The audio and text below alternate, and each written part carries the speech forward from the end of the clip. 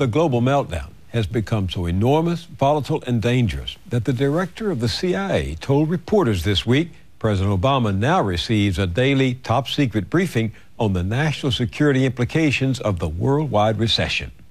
That comes on the heels of an earlier warning to Congress from the Director of National Intelligence, who said global economic chaos has replaced terrorism as America's #1 threat.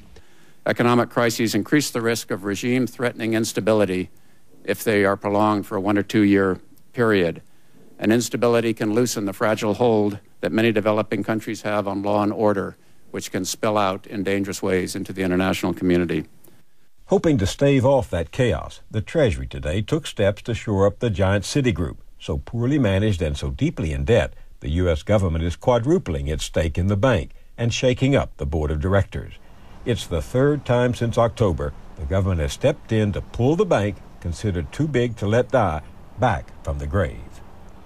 Remember when economists poked fun at Ronald Reagan's voodoo economics? Well, now they are dead serious about so-called zombie banks, financial giants like Citigroup and Bank of America, whose debts are greater than their assets, with stock worth less than zero, and they're only able to stay alive by devouring federal bailout bucks. Those banks, in turn, are terrified by talk that the government might come in and nationalize them. Well, some critics ask, why not? Given all this, I wanted to talk to a man with a clear-eyed perspective on the worldwide economic impact of this banking crisis.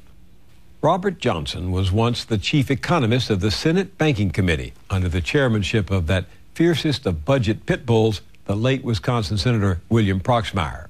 Johnson became managing director at Soros Fund Management and now serves on a United Nations Commission recommending reforms of the international monetary and financial system. Welcome to the Journal. Thank you. Given what we know is happening around the world, are you scared? Yes, I am. What scares you the most? That everybody will stand and watch and cater to past patterns of power. The banking system has been the dominant sector in our society and in our politics, which is heavily money-driven, for a very long time. As they falter, we could stagnate, catering to their needs disproportionately while the system sinks. This week, a term came into play that I hadn't heard before. People refer to Citigroup as zombie banks. What's a zombie bank? A zombie bank is a bank that's insolvent, that's allowed to continue its activity. It's allowed to go on living as a dead financial entity. And what's the threat to the financial system of a zombie bank? That the zombie will continue to lose more, and the taxpayer, kind of off the government's budget, will continue to experience larger and larger burden of future losses. So are these negotiations going on this week between Treasury and Citigroup crucial to this process? I think they're crucial to the process. I also think if you're going to allow them to act as zombies, then the regulators need to be really fierce to curtail the activities within the bank while it's motoring along, hoping for a rebound. This is what puzzles me. I mean, the Citigroup executives who got that bank into this ditch seem to have as much authority in dealing with the government, the Treasury, as the Treasury has in dealing with them. Does that seem right to you? It doesn't seem right, but it does seem real. When one looks at websites like opensecrets.org and looks at the scale of campaign contributions that come from Wall Street, one understands why Wall Street, when they talk, people listen. On the other side of that issue, the floodlights are so bright now. We're talking about $700 billion for TARP. Obama has asked for another $750 billion in the budget this week for the banks. You're talking $1.5 trillion. People can't do sneaky things on the side as easily because the scrutiny, the watchdogs have now arrived. They understand this is a colossal problem. So I do think there's more scope for good public policy because it's such a large and deep crisis. What have you learned this week about the Obama plan that encourages you? What encourages me is they're talking about very profound changes in financial regulation. I yet to see the details, but Mr. Obama made a statement a couple days ago that was very, very concrete about the old rules don't work.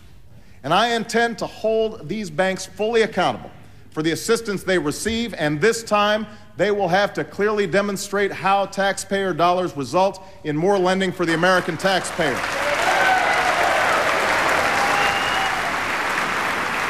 This time, CEOs won't be able to use taxpayer money to pad their paychecks or buy fancy drapes or disappear on a private jet. Those days are over. He also spoke about what you might call free market fundamentalism, unfettered, unregulated markets as one pole, and what you might call administrative socialism as another pole. We've got to end up somewhere in the middle, where the market's dynamism and flexibility is honored, but where you have real regulation and real enforcement. It's been a long time since a president has talked like that. So I think that's a hopeful sign. But the question is, as this man stands at the crossroads as a very young president, will he exert the will to implement what, say, his heart tells him when he gets it? What do you mean, crossroads? The crossroads right now is that we could have a society become despondent, people who think that proper reforms and proper business restructuring are just romantic notions. And what Obama needs to do now is not talk. He needs to deliver the goods. He needs to deliver the goods plain and simple where people regain their trust. How do we stop the bleeding? People talk of nationalization. I just call it restructuring. Restructuring is a part of capitalism. It's how the airlines get restructured when they go through bankruptcy, how you might have to deal with the auto industry, how you deal with venture capital projects. Do the same thing with the banks. The economist Dean Baker agrees with you. He says there's a growing consensus among economists like you that this would be the fairest and most efficient thing to do. Put the banks through the same sort of receivership process that the FDIC, the Federal Deposit Insurance Corporation, uses all the time. Is this, however, nationalization in disguise? Well, I think the notion nationalization has been a little bit of PR spin. Restructuring is what you do in capitalist economies to maintain function and continuity. Nationalization invokes the specter of the state seizing the means of production, like Che Guevara is about to take over or something. Exactly what does it mean to you to nationalize the banks? Well, what I think they need to do is inspect them thoroughly, examine, mark down the assets to a conservative level that protects the taxpayer, see the resulting deficit on the balance sheet, which is the whole. Then the government injects the capital, people continue to operate the banks, people who continue to work there, they perhaps sign new contracts with the government, and the government just becomes the stockholder until such time that they sell the stock back to the market and get paid back a little bit for all the lost support that they're creating for these banks. Haven't we already nationalized some big banks? Washington Mutual, WAMU, Wachovia, which was taken over by Wells Fargo. They transferred control of the assets to new owners, and depositors like me didn't even notice that anything happened over the weekend. Well, that's what the process entails. The difference this time, to give the authorities some credit, is that there were people that could take over WAMU. There were people that could take over Wachovia. But now you have four enormous institutions, JP Morgan, Wells Fargo, Citigroup, and Bank of America. I don't know if there's anybody big enough to take them over, though they could take over pieces. You could break them up and sell the pieces, and that would continue the function. The continuity of function that you described in your banking relationship is vital to preserve. So what's the objection to that from the people you talk to who don't like it? One is people feel the government would make a mess of running things. I actually don't agree with that. Well, FEMA's a pretty unsettling model. Yes, it is. But I would say you could work with Tim Geithner, who's quite a competent man, working with the existing Citibank management with just a different set of stockholders. The one danger you have when you keep these banks open when they're insolvent is they have a temptation to very risky activity, sort of like a quarterback throwing the Hail Mary pass. Right. The losses on an interception accrue to the taxpayers, and the touchdown is kept by the stockholders. So if they take excessive risk in those times, they can actually endanger the stockholders further.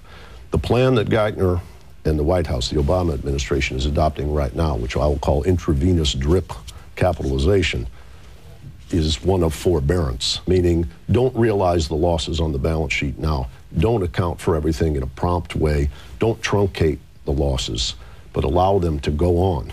And the danger is the ditch could get deeper and deeper. What's the most discouraging thing you've seen about the Obama plan? I think the capital assistance program is warehousing zombie banks and running the risk that the taxpayer over the next 1 or 2 years will experience much larger losses. The capital assistance program, that is? That's the bailout, the DRIP intravenous capital injections. For which he's asking in his budget this week for another $750 billion. That's right. And I do think perhaps the reason they went with the intravenous program is they were fearful, given the way the well was poisoned by Henry Paulson's TARP plan, that Congress won't give them any more money.